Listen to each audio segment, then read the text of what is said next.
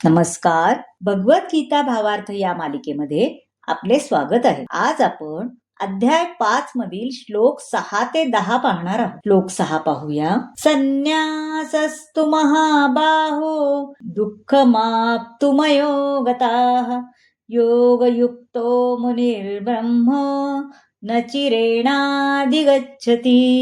आप्तुम म्हणजे मनुष्याला प्रभावित कर. अयोगत म्हणजे भक्ती योगाच्या अभावी. भगवत भक्तीमध्ये युक्त न होता केवळ सर्व कर्मांपासून संन्यास घेतल्याने मनुष्य सुखी होऊ शकत नाही.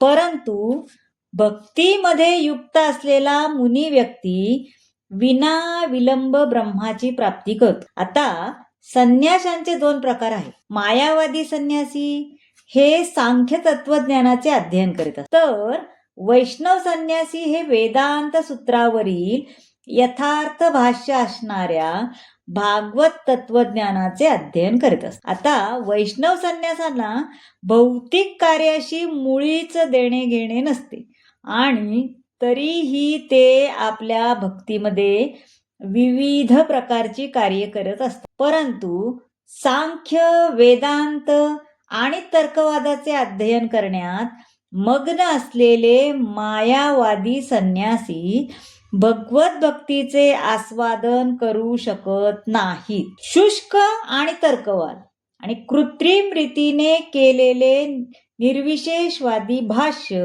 मायावादी संन्याशांसाठी व्यर्थच असते. आता कृष्ण भावनाभावित कर्मामध्ये मग्न असलेले लोक हे म्हणजे ब्रह्म म्हणजे काय याची केवळ चर्चा करणाऱ्या मायावादी संन्याशापेक्षा श्रेष्ठच आहे ना.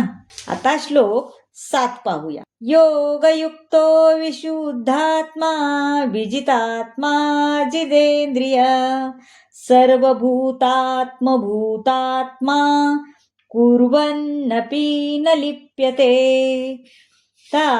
विजित आत्मा म्हणजे आत्मसंयम आणि सर्वभूत म्हणजे जीवात, कुर्वन अपि म्हणजे जरी कर्म करीत असला तरी. आता जो भक्तिपूर्ण कर्म करतो विशुद्ध आत्मा आहे, तो विशुद्ध आत्मा आहे आणि आपले मन व इंद्रिय संयमित करतो तो सर्वांना प्रिय असतो आणि सर्वजण त्यालाही प्रिय असतो. असा मनुष्य जरी कर्म करीत असला तरी तो कधीच बद्ध होत नाही. आता पहा, कृष्ण भावनेद्वारे जो मुक्ती पथावर असतो त्याला सर्व प्रिय असतो.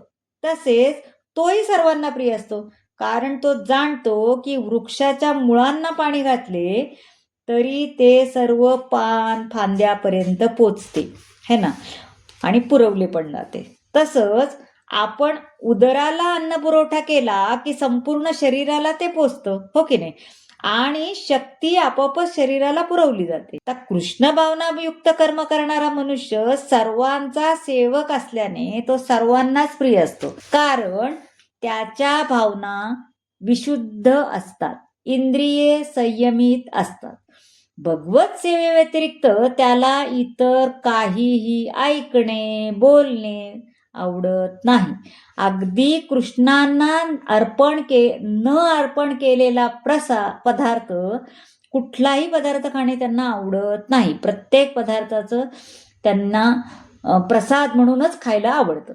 संयमित असल्यामुळे तो कुणाला दुखावत पण नाही. तसंच अर्जुन हा देखील पूर्णपणे कृष्ण भावना भावित होऊन त्यांच्या आज्ञेचे पालन करीत होता, हो की नाही. आता श्लोक 8 आणि 9 पाहूया. नैव किंचित् करोमीति युक्तो मन्येत तत्त्ववित् पश्यन् शृण्वन् स्पृशन् जिगणनश्नं स्वपनश्वसन् प्रलपन् विसृजन् हन्मि शन्मिषन्नपि